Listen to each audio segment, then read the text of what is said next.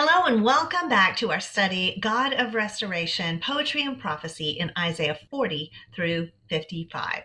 Tonight we are in Lesson 3, The Servant of the Lord, which is in Isaiah 41 and the beginning of 42.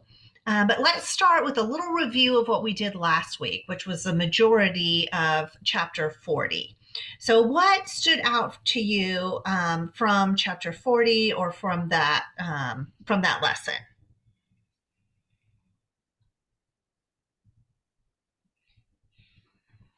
You I'll had give a Oh, go ahead, Bethany.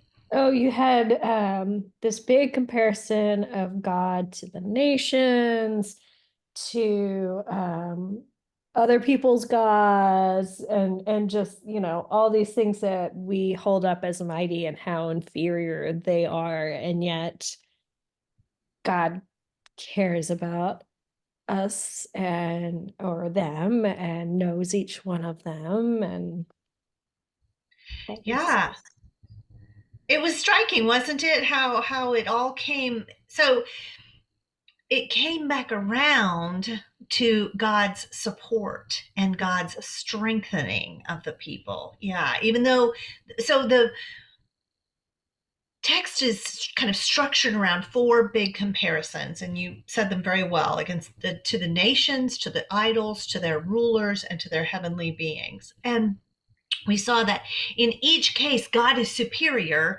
to each one of those. And so, if the question behind the text is God powerful enough to save? And then, does God care enough to save? Then our text went through and really gave us answers to that question, right? What else did y'all notice?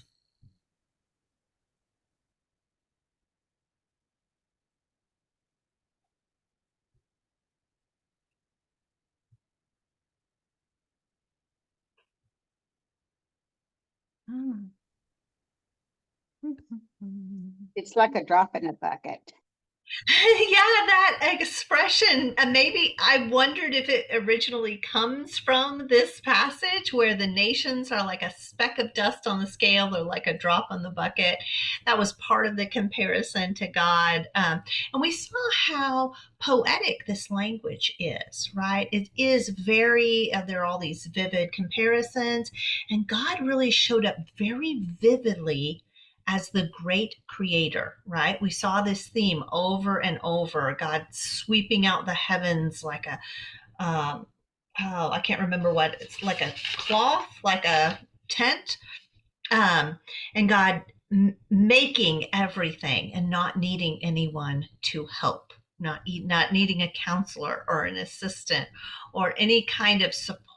And so the power of God really showed up in the theme of creation and in those comparisons. And then we ended with how God is trustworthy, how we can personally trust God to strengthen the weary and build up the weak. And so when we have those questions, is God powerful enough to help us? Does God love us enough to help us?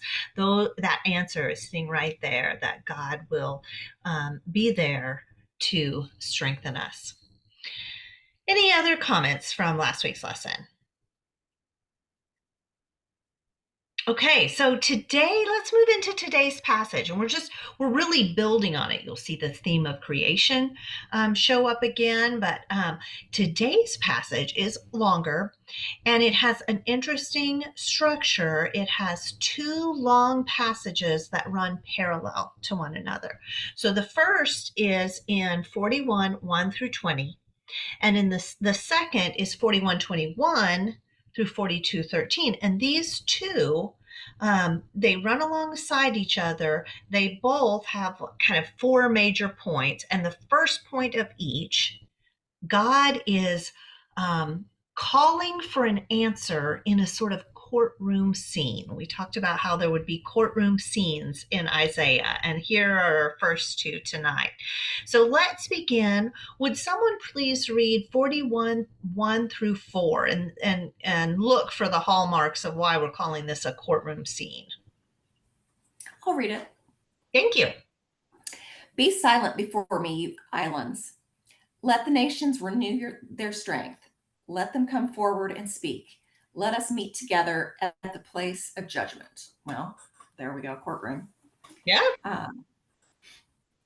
Who has stirred up one from the east, calling him in righteousness in his service?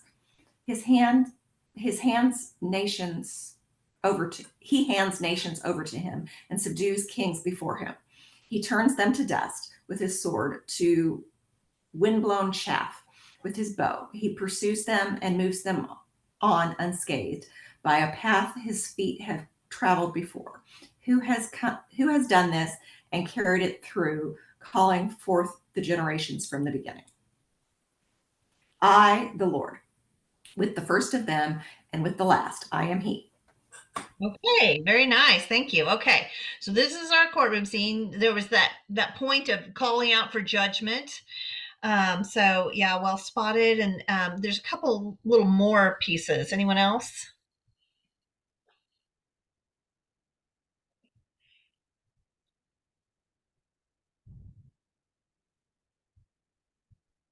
Well, you have this, let them approach, let them speak, let us together draw near. Yeah. Listen to me, come forward, let them speak, come for judgment. And then it's who. There's a question put forth for judgment, right? So great, we have those points of that tell us, we're a demand is being made for a judgment. And then this question is who, what is the question put to the nations, right? Calling the coastlands, or calling the islands, this is a way of calling the nations. So what question is put to the nations?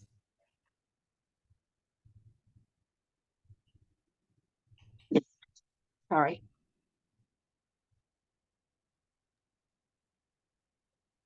Who stirred up one from the east, whom victory meets at every step? Okay, so this is how it opens. Who has aroused, who has stirred up, who has brought out the one from the east? Okay, so that is, and it continues to ask that question in different ways and multiple times, right? And that's the main question. But what are we talking about? Who is the one from the east? Any ideas? And this is something there's controversy about. So, you can throw out some ideas and someone will agree with you.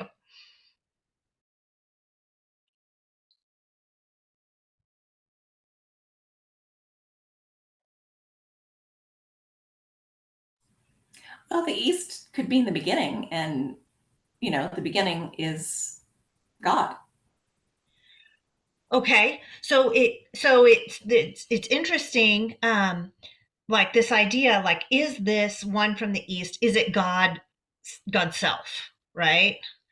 But notice there was the line, he delivers up nations before him, got really confusing because there's two sets of pronouns that seem to refer to two different people, and yet it doesn't say who refers to whom, and Hebrew does this. It doesn't specify, like, it's not proper English if you leave all your pronouns just mysterious and mixed up, right? But Hebrew, you're allowed, So God, who is the one arousing from the east, God delivers up nations before him. So there's someone, so we wonder, well, is it God? But when we investigate here, we see it seems to be someone different than God. Other ideas?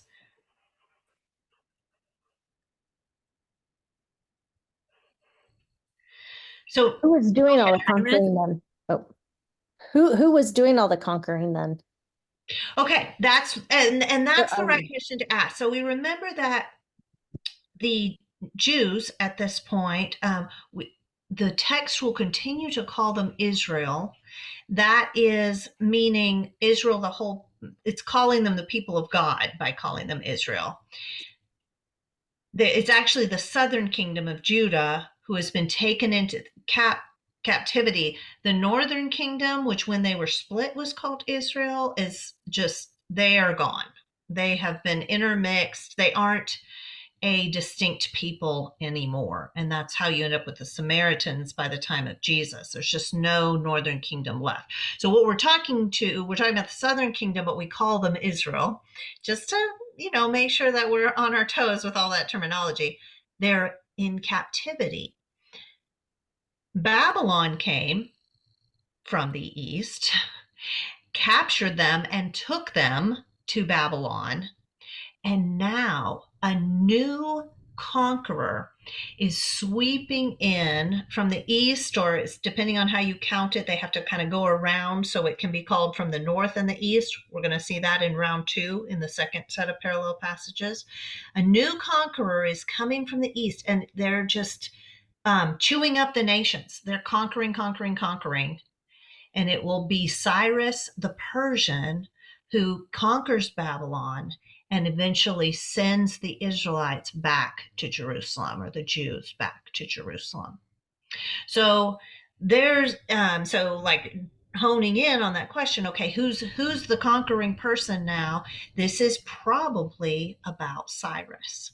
And that's what modern commentary believes, is that the one from the east is Cyrus the Persian, who's coming in to conquer. Now, the interesting thing is that traditional Jewish commentary thought of this as Abraham, who was originally, we're kind of back to your idea from the beginning page, Abraham was originally came from the east and settled in what would become the promised land. And so the Jews thought about Abraham.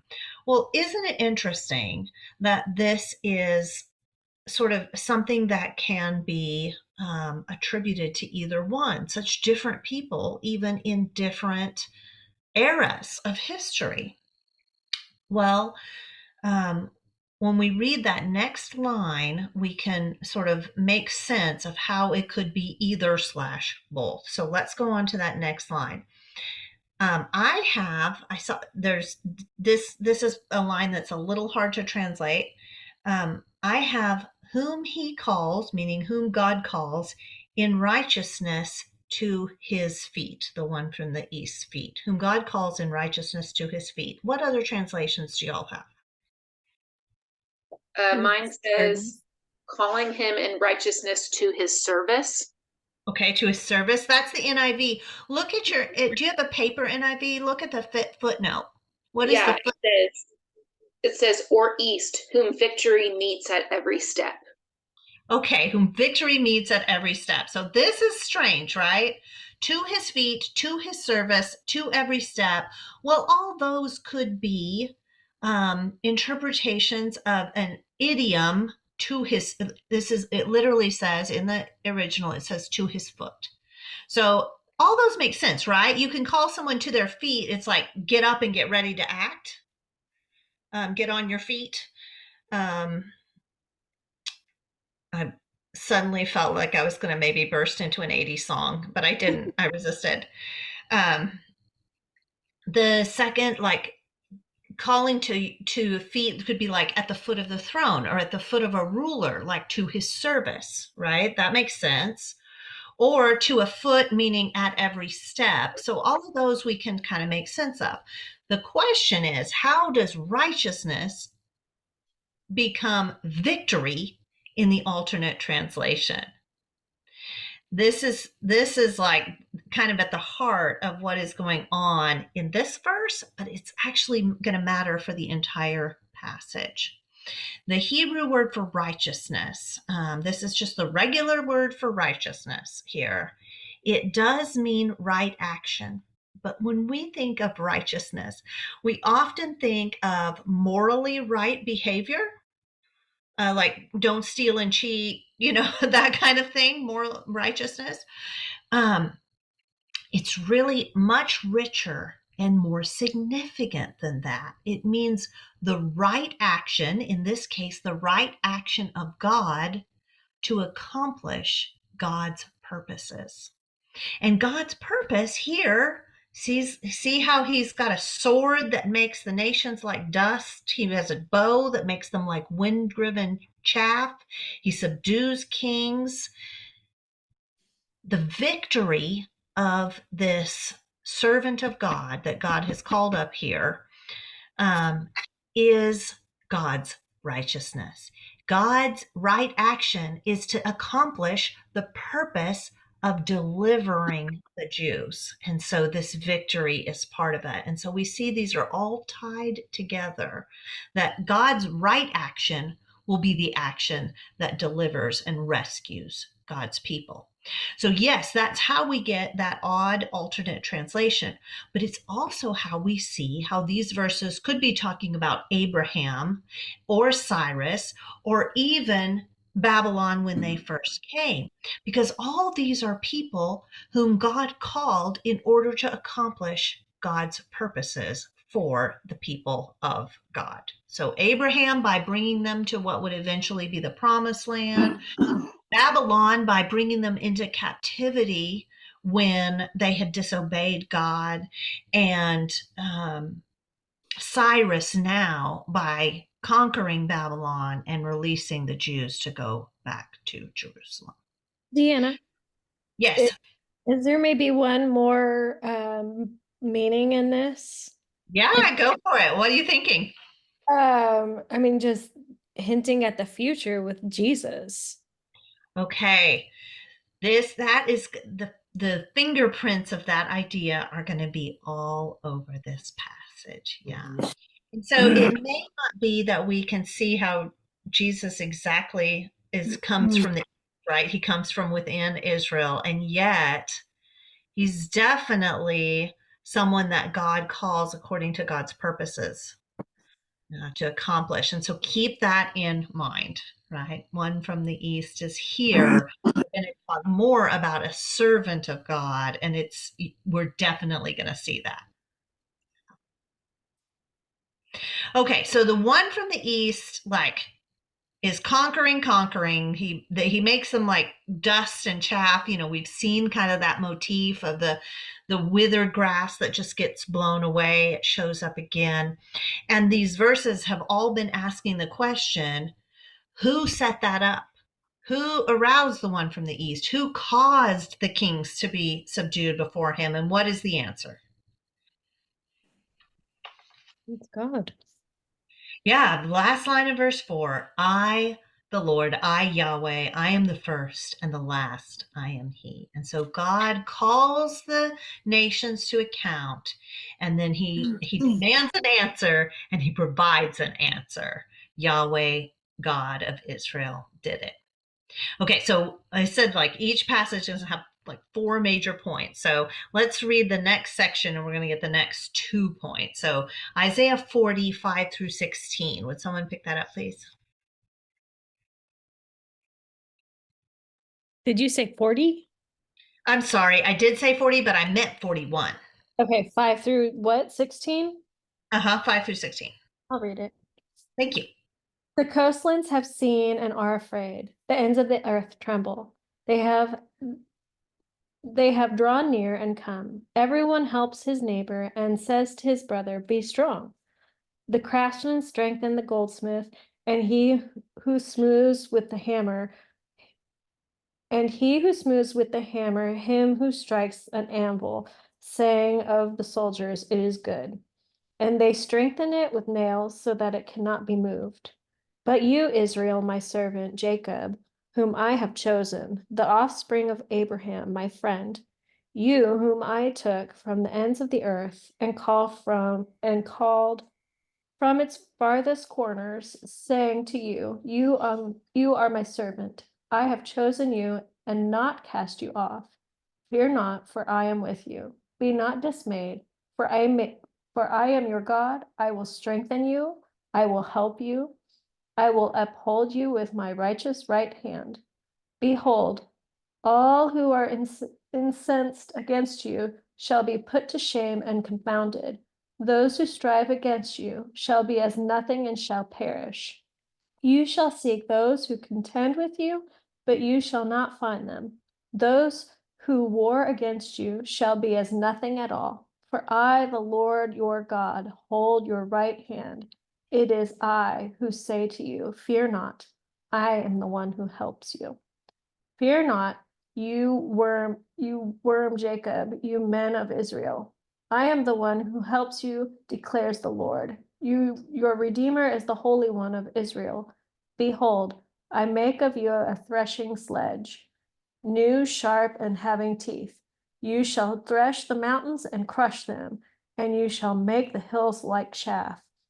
You shall winnow them, and the wind shall carry them away, and the tempest shall scatter them, and you shall rejoice in the Lord. In the Holy One of Israel, you shall glory. Thank you. Very good. Okay. Look back at verse 5.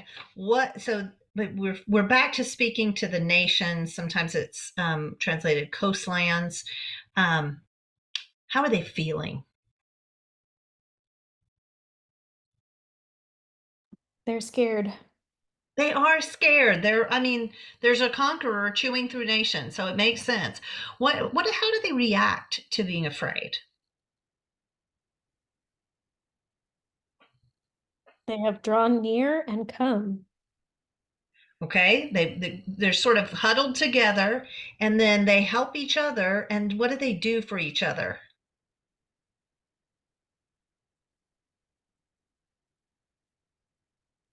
They strengthen each other.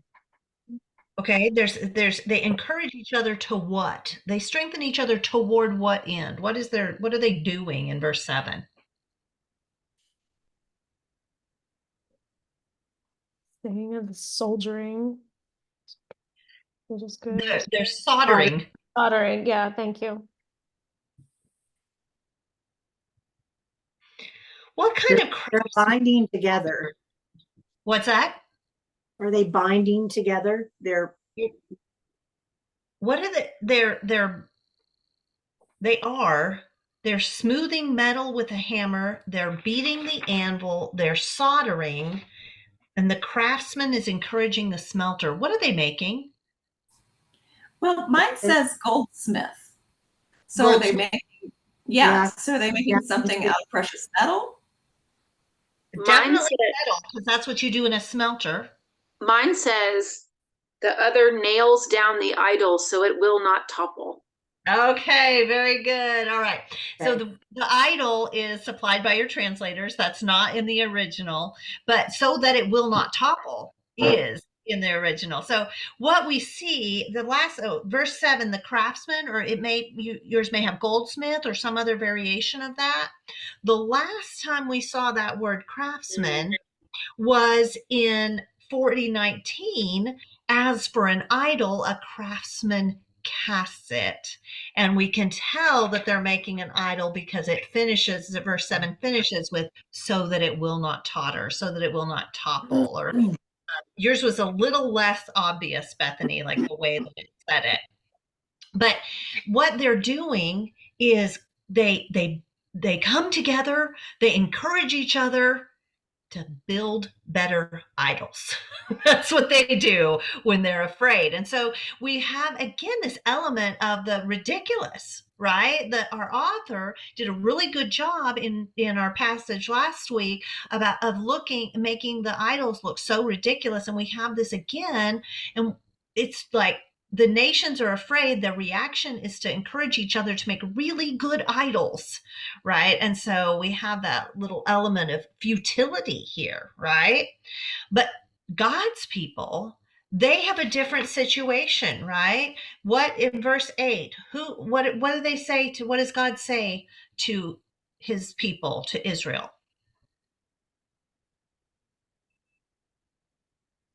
Well, verse 8 is just addressing Israel. Yes, but they get a new title. Mm. The title, sorry? They're my friend. My friend, yes, descendant of Abraham, my friend, Jacob, whom I have chosen. It's a title of being chosen, but you, Israel, my servant. My servant is going to turn out to be a very special title in this section of Isaiah. It occurs 19 times. And it's going to be significant as it repeats, and it will repeat and deepen.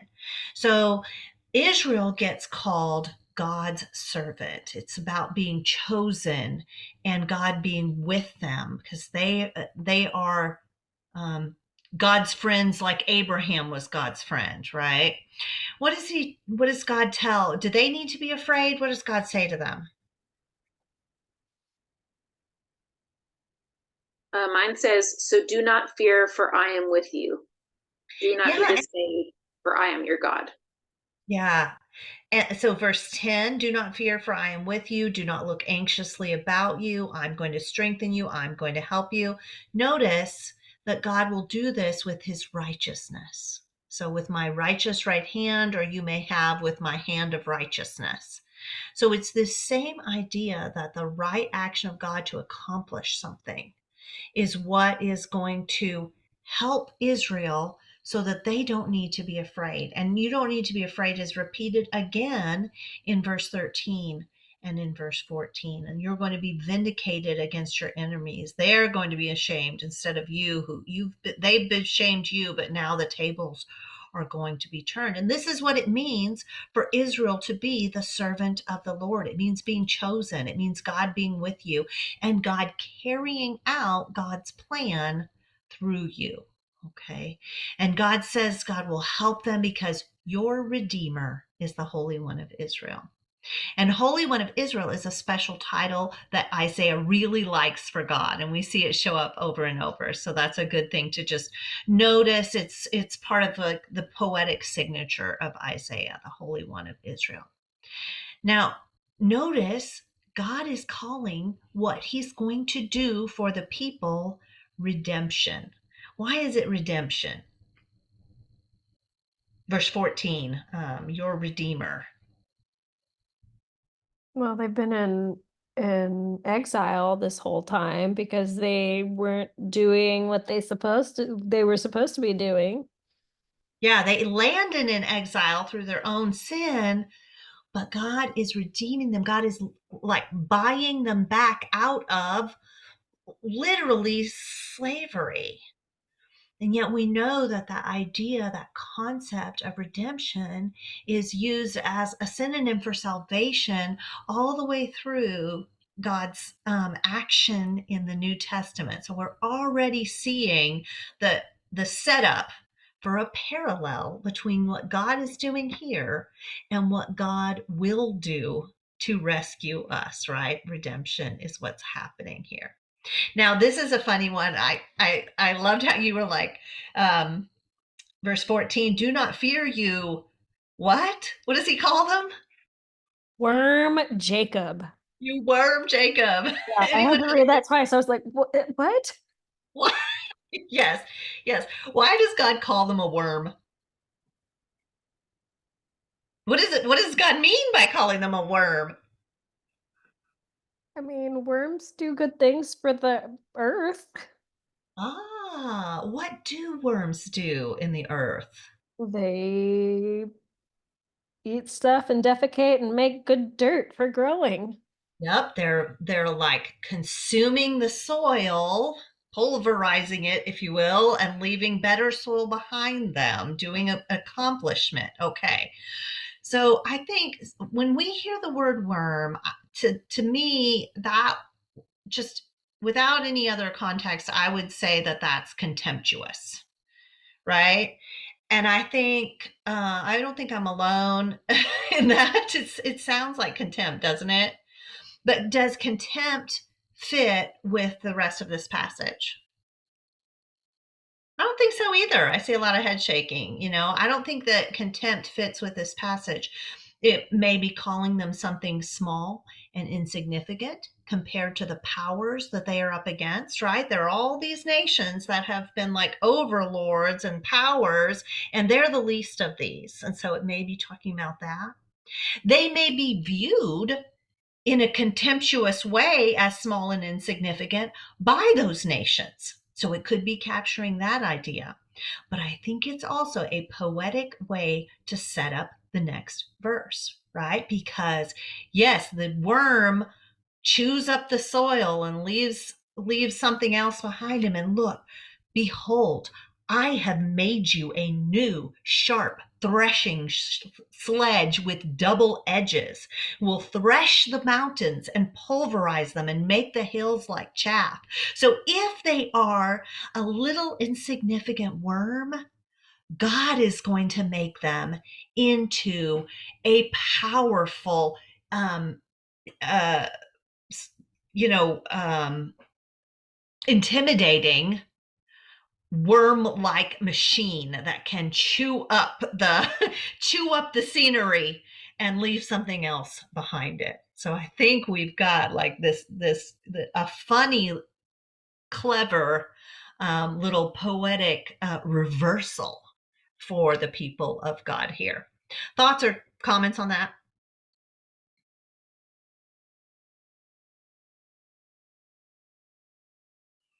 We see that they will take out the nations that they're in their, giant worm power.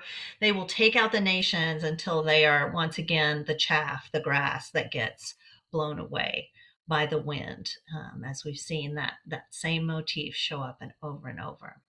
And the contrast here is between the nations who are afraid, but all they can do is try to make good idols, and Israel, who is actually chosen and helped by God and made into a formidable power because of this redemption that God is accomplishing. Let's read 17 through 20.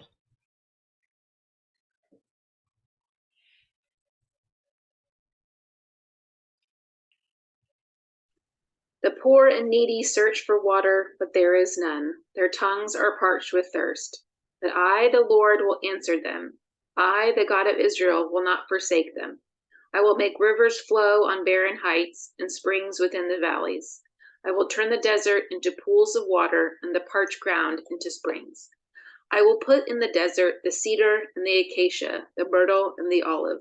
I will set junipers in the wasteland, the fir and the cypress together, so that people may see and know, may consider and understand that the hand of the Lord has done this, that the Holy One of Israel has created it. Thank you. Okay, so as you were reading, it was occurring to me that they become a worm like the worms in Dune. And that was just nerdy enough that I just had to share it. Okay, so we paused at you will rejoice in the Lord and you'll glory in the Holy One of Israel. And then we picked back up at the afflicted and needy are seeking water, but there is none. So there's the big contrast here. And I think what's happening is that God has made this promise to them, and yet right now they are still in their situation where they are like someone who is parched and needy. Now, is this literal? Is he really talking about them being short of like drinking water? Or like, what would this symbolize? What would this mean about the people of Israel at this point?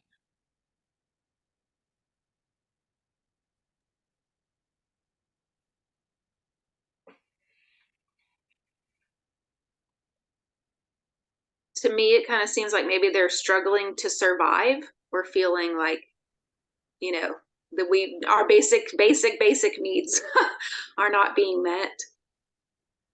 Yeah, their struggle for survival, their desperation, right? They don't have what they need, and it makes them like a parched person in the desert, right? That's where they are right now. God has said they would have the triumph, but now they're afflicted and needy. And yet, what will God do? Like if being parched in the desert is a picture of their desperation, how will God change that situation? Water is gonna be a flowing. Yeah, lots of water imagery, right? Y'all Lots of call out water. what all you see. It says that the wilderness will be pools of water, and dry land is gonna spring up water. Yeah, open rivers, springs, fountains. I don't understand the cedar and the acacia and the myrtle and the olive. Okay, so what happens when you have a well-watered land? What do you get? Plants that thrive and grow. Plants that thrive and grow.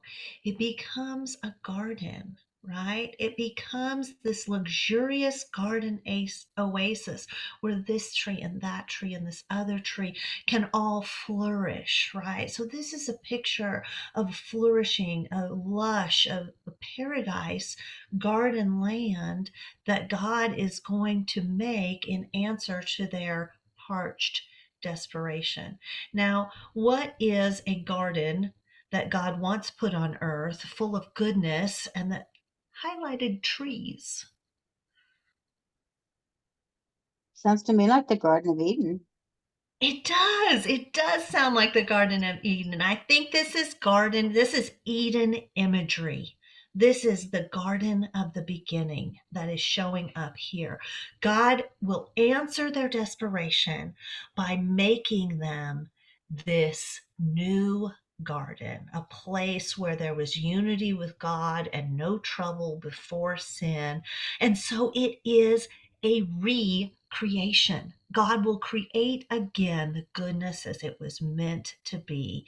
And we see that everyone will see and recognize the power of Yahweh, the Holy One of Israel. A recreation is God's picture of God's people post redemption and how they will live, right? A beautiful image of their salvation. Thoughts on that?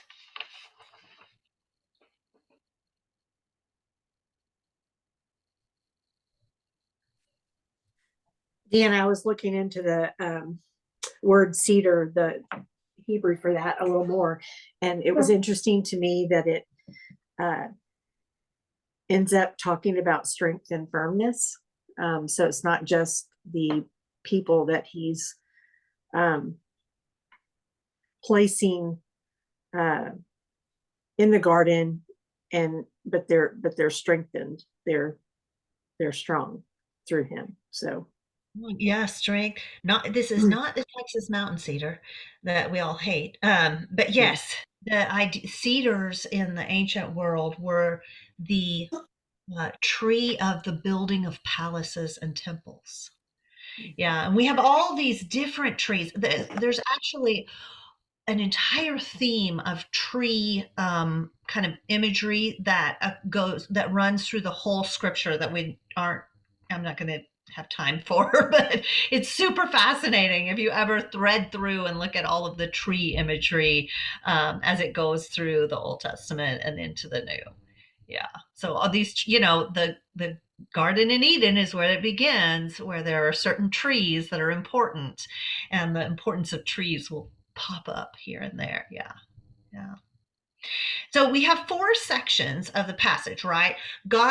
Courtroom scene, God demands a judgment. Who has brought up the deliverer? Only Yahweh, right? And then the nations are afraid and they can only turn to idol making. And then Israel is God's servant and will have God's help, so they don't need to fear. And then they may be like one dying of thirst now, but God will create this lushly watered land for them, this recreation of the garden, and everyone will see God's power and God's righteous work. Okay, so that is our first half. And that sequence gets repeated. But it doesn't just get repeated, it gets repeated and pieces get doubled down on. The pieces get enriched and become something more. So let's look kind of at our second part of the passage. And because this is a longer section, we don't have time to read all of it, but if you'll just look at verse 21 through 29, this is a courtroom scene with a call for judgment again. God says to present your case, bring forward your strong arguments, like give it a try. The king of Jacob is referring to God. That is, God was Israel's king before they ever asked for a king.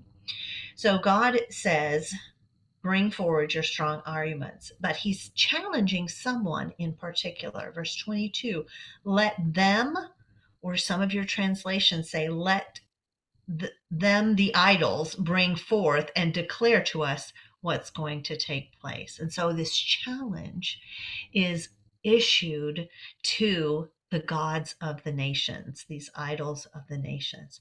And the particular challenge this time, instead of it being who brought up the deliverer, it's can you tell the things that are going to happen before they happen? Can you? Declare to us what's going to take place. Declare to us what the former events were, that we may not consider them and know their outcome. So if in the sense of prophecy as telling the future, God is challenging the idols. Can you do that? Can you announce what is coming? Can you declare the things that are going to come afterwards? Verse 23. Then we would know that you are gods. We would be able to know that you're true gods if you can do that. And God says, indeed, do something. Do good or do evil. Anything. Accomplish anything that we may have some fear of you. But verse 24, can you? No, you cannot. Behold, you are of no account, and your work amounts to nothing. So God has already answered the challenge that he gives the idols. Can you tell the end from the beginning? No, you cannot. And God proceeds to say, this is the repeat, you see it. I have aroused one from the north, from the rising of the sun, he will call on my name. So the rising of the sun is what direction? East. I see everybody going, east. But so it's north and east, depending on how that conqueror kind of comes around and comes in from the north. So it's kind of how you count it, but this is referring to the same person. I have aroused this one. He will come upon rulers as upon mortar, even as the potter treads the clay. So he's still going to be tearing it up, conquering the lands. And verse 26, who said this would happen before it happened? Not you, not you, not you, not you. That's kind of the idea that's happening here. God says, surely no one declared, no one proclaimed, no one heard your words, because the idols couldn't do it. But verse 27, I said, behold, here they are. I will give a messenger of good news. So this idea is that God says idols are worthless, they're wind and emptiness, but I do all of this action. Questions on, we had to go through that section quickly. Questions on that section? Okay, let's read 42, 1 through 7. So this is the passage that's parallel to the last chapter starting in verse 8, but you are Israel, are my servant, Jacob, whom I have chosen, right? Okay, so here's the parallel beginning in 42. Let's read 1 through 7. I read it. Thank you. Here is my servant whom I uphold, my chosen one in whom I delight. I will put my spirit on him, and he will bring justice to the nations. He will not shout or cry out or raise his voice in the streets. I bruised reed he will not break, and smoldering wick he will not snuff out. In faithfulness he will bring forth justice.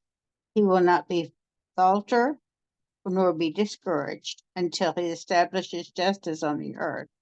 And his laws the islands will put their hope. This is what God, the Lord, says. He who created the heavens and stretched them out, who spread out the earth and all that comes out of it, who gives breath to the people and life to those who walk on it. I, the Lord, have called you in righteousness. I will take hold of your hand. I will keep you, and you will make to be a covenant for the people and light for the Gentiles. to open the eyes that are blind, to help free captives from prison, and no release from dungeons, those who sit in the darkness. Thank you. Okay. All right. So these passages have very strong parallels. We just heard Israel is God's servant, and God says again, behold, here's my servant. And so we would come at this going like, oh, God means Israel. But I think we have a little difficulty when we try to put Israel in the role that is described in this passage. What's the problem with Israel filling this role?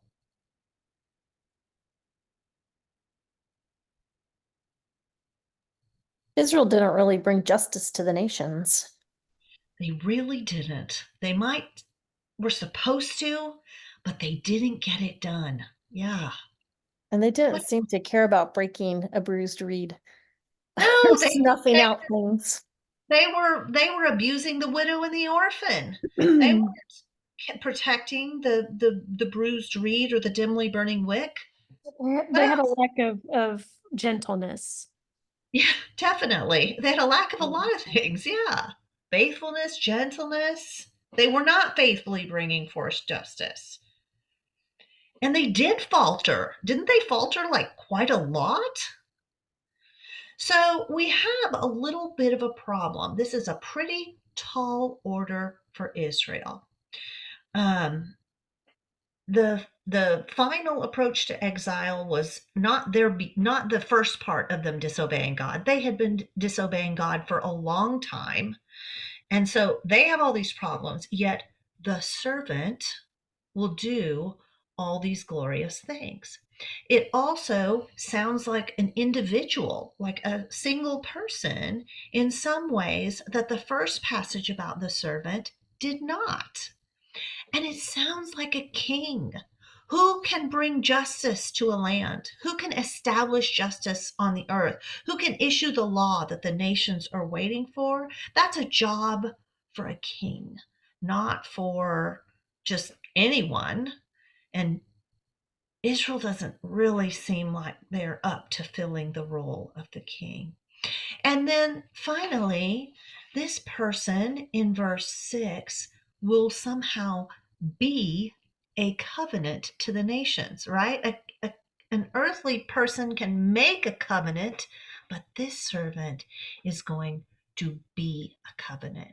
And so we know there is something more going on here, right? There's a repetition, but as we often see, like in Hebrew, just in a regular couplet of poetry, sometimes we get a line and then another line that deepens or enriches it. And that's what's happening here. We got the passage about the servant, but now we have another servant who is somehow Israel, but more than Israel. And so the message is kind of laid on top of it, right? Who do we think of when we read this passage? Jesus. Yeah, we do. Why? Because it also says, alike to the Gentiles, and the Jews and the Gentiles did not get along. They still don't get along. Right. And who said, I am the light of the world? Yes. Jesus. John called Jesus, the light came into the world, but came to his own, but his own did not know him. You know, Jesus is the light. And so we recognize this. What else do we recognize out of this?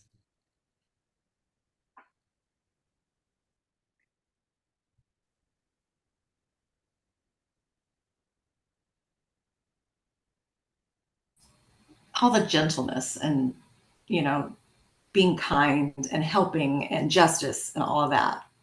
Yeah, that gentleness really shines through. Let me read to you Matthew 12, 17 through 21. Okay, so the gospel story of Jesus. Jesus has been going around healing, but he's been doing it quietly and sometimes secretly. And Matthew says, this was, verse 17, to fulfill what was spoken through the prophet Isaiah.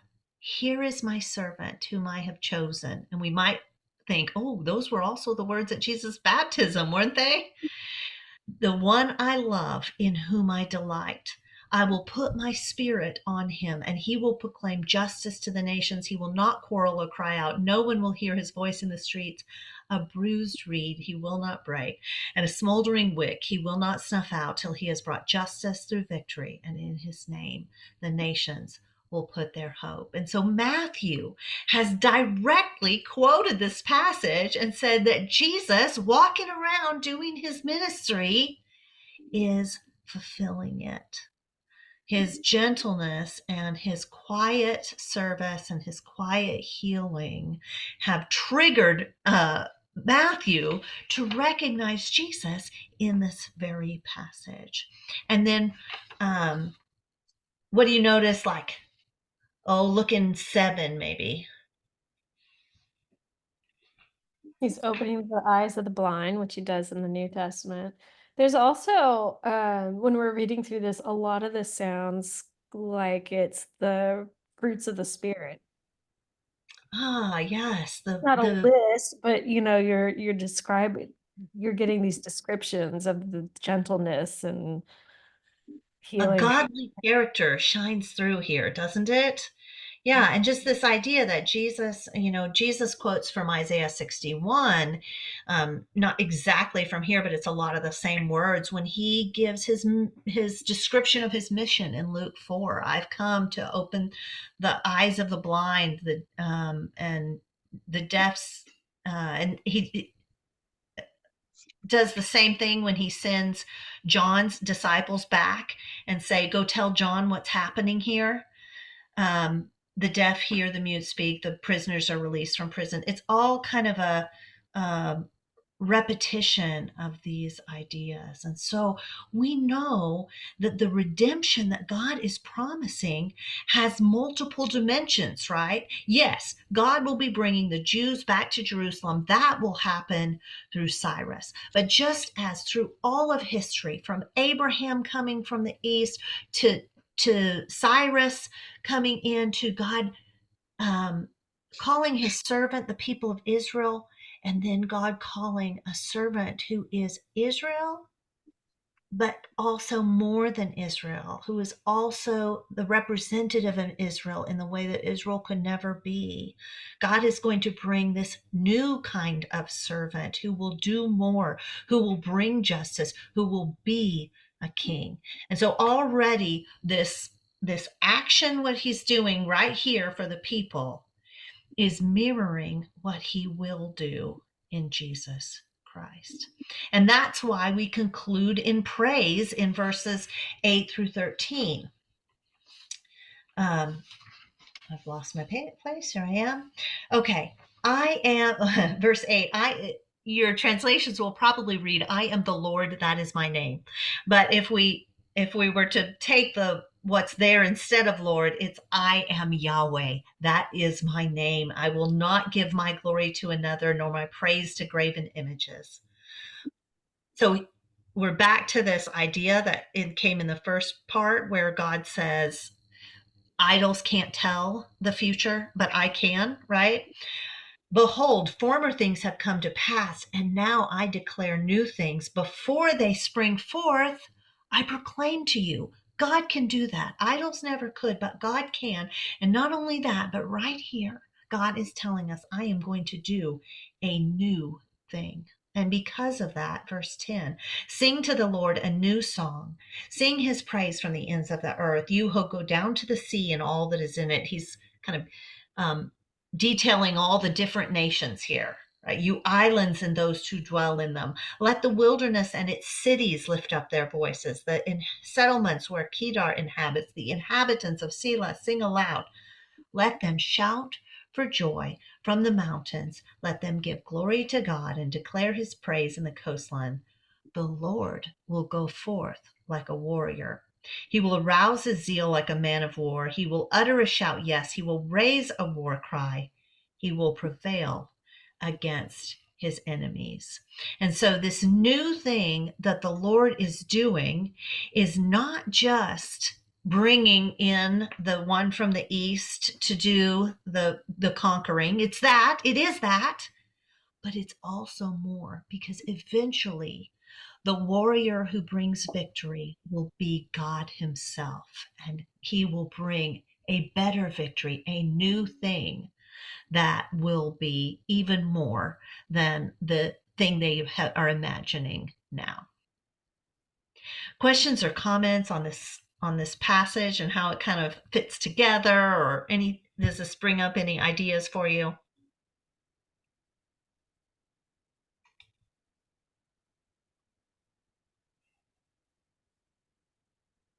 It turns out to be a really cool passage, doesn't it? We have this message for Judah in exile, but more, we have a message for the generations, right? We are, like the nations God's addresses, invited to come and look at the arguments, come make a judgment. Who can do something marvelous? Who can bring a victory?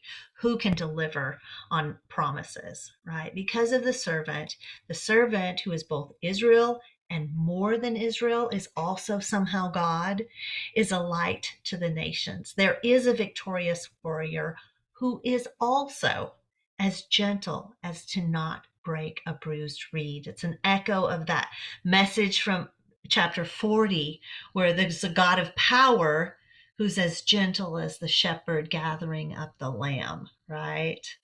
And so we know that God has brought and is bringing and will bring this victory in Jesus Christ. And Jesus will be the ultimate fulfillment of everything that God is doing. God's righteousness shows up again in that passage. God's right action to bring true deliverance is active for Israel in their time. But it's only just getting started then, because it will be fully fulfilled in God's action, bringing Jesus. Other comments?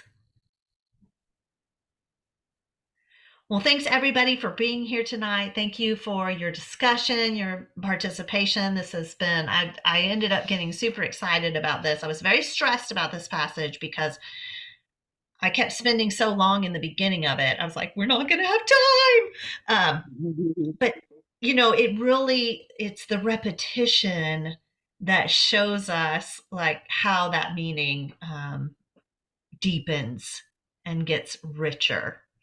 Next week we will be off, so no class next week, which will be January 31st, and then the following class, so the next lesson will be February 7th, and that will be on chapter 42, verse 14 through 43:21.